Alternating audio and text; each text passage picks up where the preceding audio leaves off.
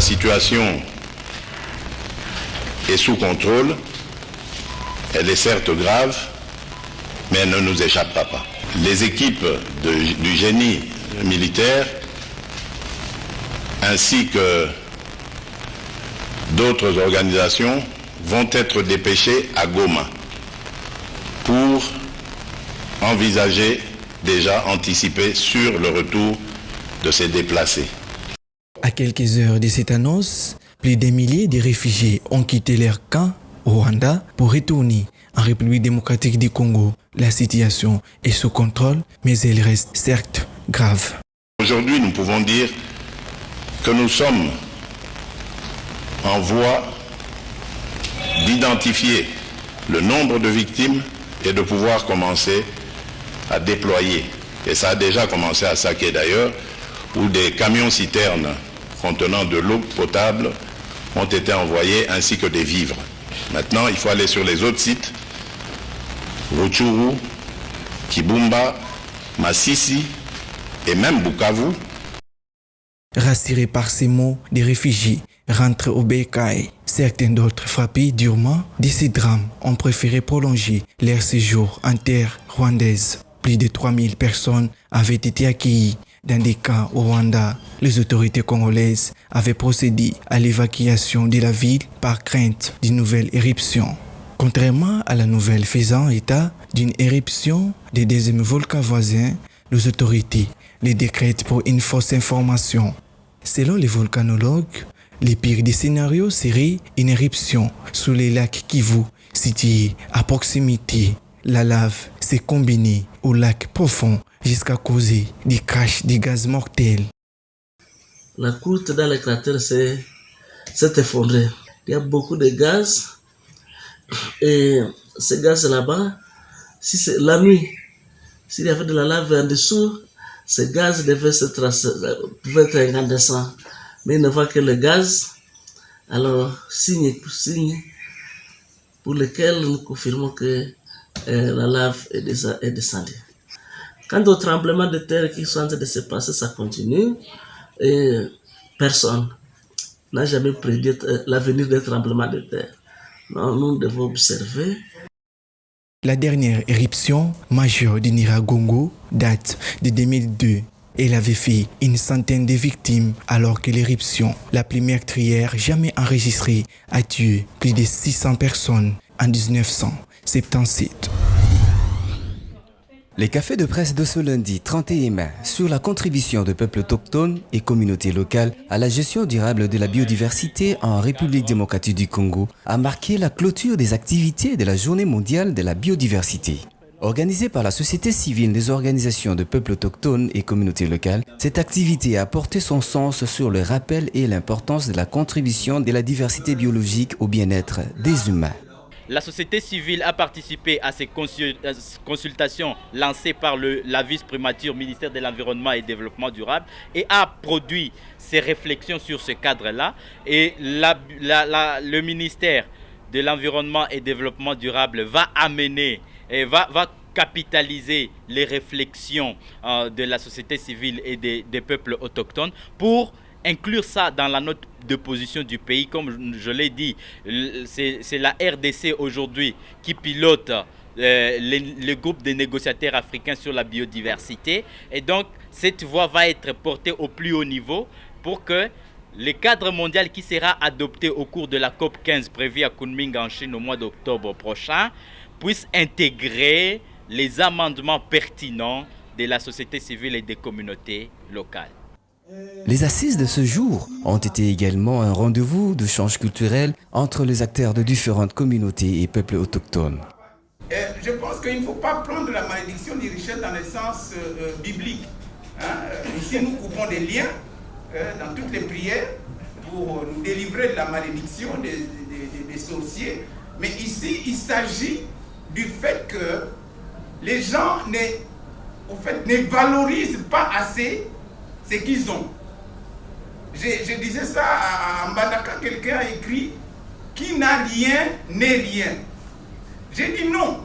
C'est qui ne valorise pas ce qu'il a n'est rien. Le vrai problème, c'est celui-là. Nous avons bien sûr la méga biodiversité, mais que nous ne valorisons pas. Allez, moi je disais aujourd'hui, allez en Banaka, à côté du fleuve, les gens mangent maintenant des frétins, des mpondés, alors qu'ils ont du poisson. Vous voyez qu'il a dit, quand vous allez au village, il y a un sérieux problème de sécurité alimentaire, de malnutrition. Nous ne prenons pas conscience de cela ici au niveau de Kinshasa. Et je pense que pour résoudre ces problèmes, vous êtes journaliste, il y a plusieurs facteurs qui interviennent. D'abord la vision politique. Nous sommes en face des journalistes. Vous avez un rôle important à jouer. Jusqu'ici, je pense que ce rôle n'a pas encore été mis en exergue. À en croire les organisateurs, les dernières prévisions concernant la biodiversité sont véritablement alarmantes et font état de déclin global sans précédent. Ces déclins ne concernent pas que la faune, mais aussi la flore ainsi que les terres. Quitter le tabac. Je m'engage à arrêter de fumer. C'est le thème qu'a choisi le monde pour célébrer la journée mondiale sans tabac cette année. À Kinshasa, cette journée a été célébrée au terrain de la maternité de Kintambo. Pour le directeur du programme national de lutte contre les toxicomanies et les substances toxiques, PNLCT, qui organise cette activité, la question de la consommation du tabac est d'ordre sanitaire, économique et environnemental et touche plus les jeunes. La consommation du tabac, qui sont d'ordre sanitaire, économique et environnemental. Comment l'industrie cible-t-elle les jeunes? Aujourd'hui, il a été noté que l'industrie déploie tous les efforts pour manipuler les consommateurs en vendant délibérément une dépendance mortelle sous diverses formes. Et cela particulièrement aux groupes vulnérables dont les jeunes qui sont souvent incapables de contrôler leur consommation. Dans un communiqué, l'ONG Initiative locale pour le développement intégré, ILDI, interpelle le gouvernement en ce qui concerne la commercialisation illicite du tabac en RDC. Cette ONG estime que la taxation du tabac contribuera à la lutte contre le tabagisme en République démocratique du Congo. Nous implorons à ce que le pouvoir public puisse prendre des mesures efficaces pour augmenter les taxes. Alors pour augmenter les taxes, il y a un nouveau code des assises qui a été promulgué en 2018 par le pouvoir passé. Vous voyez? Alors c'est ces codes des assises-là qui peut être mis en œuvre, vous voyez, efficacement, renforcer les mesures d'application de ces codes et avec des arrêtés ministériels pour permettre à ce que le ministre des Finances puisse effectivement prendre des arrêtés qui vont dans le sens d'augmenter cette taxation. Pour l'Organisation mondiale de la santé OMS, cette campagne annuelle est l'occasion de sensibiliser aux effets nocifs et mortels de l'exposition au tabagisme ou à la fumée des autres.